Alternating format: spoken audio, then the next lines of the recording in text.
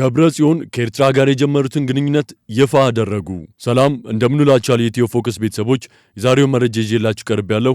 ለቻናላችን አዲስ ይሆናችሁ ላይክ፣ ሼርና ሰብስክራይብ በማድረግ አብራችሁን ቆዩ። በትግራይና ኤርትራ ህዝቦች መካከል እየተፈጠረ ያለው የህዝብ ለህዝብ ግንኙነት ተጠናክሮ እንዲቀጥል እንሰራለን ሲሉ በቅርቡ ህጋዊ ሰውነቱ በምርጫ ቦርድ የተሰረዘው የህዝባዊ ወያኔ ሓርነት ትግራይ ህወሓት ሊቀመንበር ዶክተር ደብረጽዮን ገብረ ሚካኤል ገለጹ። ዶክተር ደብረጽዮን ተመሳሳይ ግንኙነቶች ከሌሎች ጎረቤት ህዝቦች ጋር እንዲፈጸም ለማድረግ ትኩረት ሰጠን አስፈላጊውን ጥረት እንደምናደርግ ልናረጋግጥ እንወዳለን ብለዋል። የህወሓት ሊቀመንበር ዶክተር ደብረጽዮን ገብረ ሚካኤል ይህንን የተናገሩት የክልሉን ሰማዕታት ለ37ኛ ጊዜ ለማሰብ በሐውዜን ከተማ በተካሄደው ስነ ስርዓት ላይ ባስተላለፉት መልእክት ነው።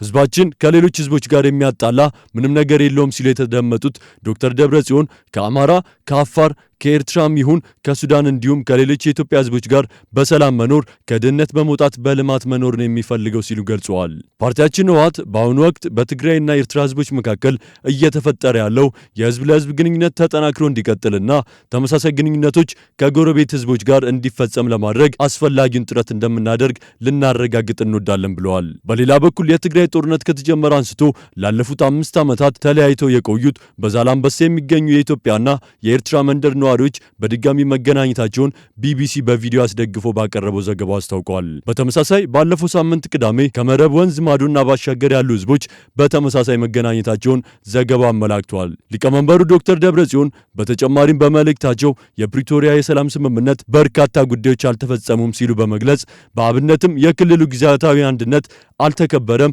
ከ1 ሚሊዮን በላይ የሚሆነውን የክልሉ ተፈናቃይ ወደ ቀዬው አልተመለሰም ሲሉም ጠቅሰዋል። የፕሪቶሪያ የሰላም ስምምነት በርካታ ጉዳዮች አልተፈጸሙም ብቻ ሳይሆን ስምምነቱን የሚያፈርስ እንቅስቃሴ ከጊዜ ወደ ጊዜ እየተባባሰ እየሄደ ይገኛል ሲሉም አሳስበዋል።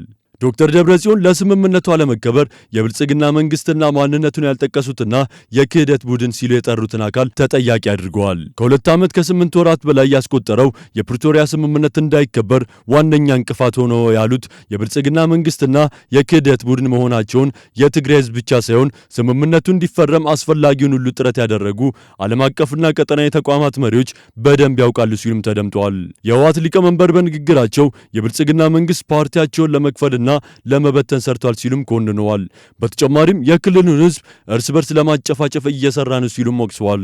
የብልጽግና መንግስት የፕሪቶሪያውን ስምምነት እንደፈለገ ለመዘወር ያስችለው ዘንድ ፓርቲያችን ህወሓትን ለሁለት ለመክፈልና ለመበተን ህዝባችን እርስ በርሱ እንዲጨፋጨፍ ጥረት ሲያደርግ ነበር፣ አሁንም እያደረገ ነው ብለዋል። ይህንን ተልዕኮ እንዲፈጽምለት በፓርቲያችን ውስጥ የተፈጠረውን የክህደት ቡድን የተሟላ የአመራርና የፋይናንስ ድጋፍ አድርጎለታል ሲሉም ተችተዋል።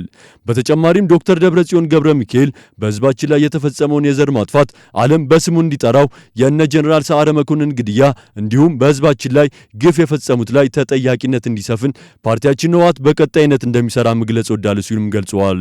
ዓለም አቀፉ ማህበረሰብ፣ የአውሮፓ ህብረት፣ የአፍሪካ ህብረት፣ ኢጋድና የአሜሪካ የፕሪቶሪያ የሰላም ስምምነት ተግባራዊ እንዲሆን የበኩላቸውን እንዲወጡ አሁንም ጥሪያችንን እናቀርባለን ብለዋል።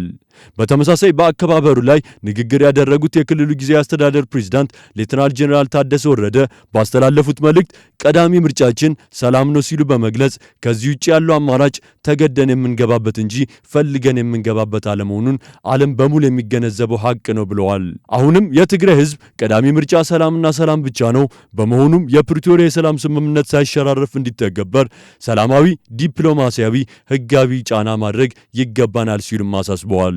አድማጭ ተመልካቾቻችን ለዛሬ ያዝንላችሁ መረጃዎች እነዚህን ይመስሉ ነበር። በሌሎች መረጃዎች እስክንገናኝ ሰናይ ቀን